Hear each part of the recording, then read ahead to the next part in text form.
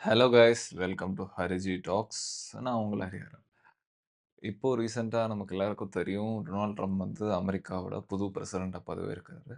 அதுக்கப்புறம் வந்து அமெரிக்கால சில சில முக்கியமான நடவடிக்கைலாம் எடுத்தாங்க. சில ஒரு அதிரடியான முடிவுகள்னு சொல்லலாம். இந்த இமிகிரண்ட்ஸ்க்கான முடிவு, அப்புறம் வந்து கனடாக்கான ஒரு ஒரு ரிலேஷன்ஷிப் அதில ஒரு முக்கியமான ஒரு விஷயம் எடுத்திருக்காங்க. ஏஐ ரிலேட்டடான ஒரு டிசிஷன். அது என்னதுன்னா, ஒரு ஏஐ இன்வெஸ்ட்மென்ட் ஃபர்ம். அதாவது ஒரு ஜாயிண்ட் வென்ச்சர். ஆரக்கிள், சாஃப்ட்பேங்க், அப்புறம் ஓப்பன் ஏஐ.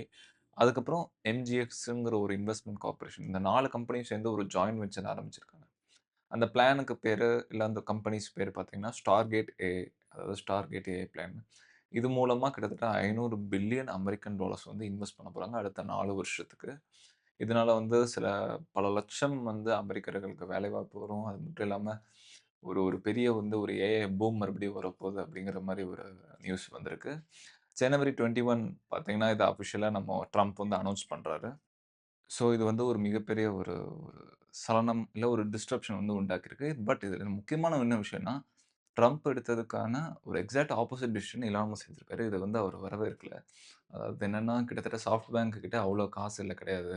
அவங்க கிட்ட இப்போதைக்கு கரண்ட்லி ஃபண்டிங்க்கு வந்து ஒரு $10 பில்லியன் தான் இருக்கு. அவங்க எப்படி $500 பில்லியன் வந்து அவங்க வந்து பம்ப் பண்ண முடியுங்கிற மாரி எலான் மஸ்க் சொல்லியிருக்காரு. ஸோ ஆரம்பத்தில ஃபர்ஸ்ட் டைம் வந்து ஒரு கருத்து வேறுபாடு வந்திருக்கு 2 பேருக்கும். எலான் மஸ்க்கும், ட்ரம்ப்புக்கும். ஸோ இது வந்து அமெரிக்கால வந்து ஒரு முக்கியமான டிசிஷன் ஒரு ஒரு டிஸ்ரப்ஷன் கொண்டு வந்திருக்கு. அமெரிக்காவுக்கு மட்டும் இல்ல, ஹோல் வேர்ல்டுக்கு. ஏன்னா ஒரு கரண்ட்லி பார்த்தீங்கன்னா, மிகப்பெரிய ஒரு ஏஐ பாயிண்ட் இதுதாங்க.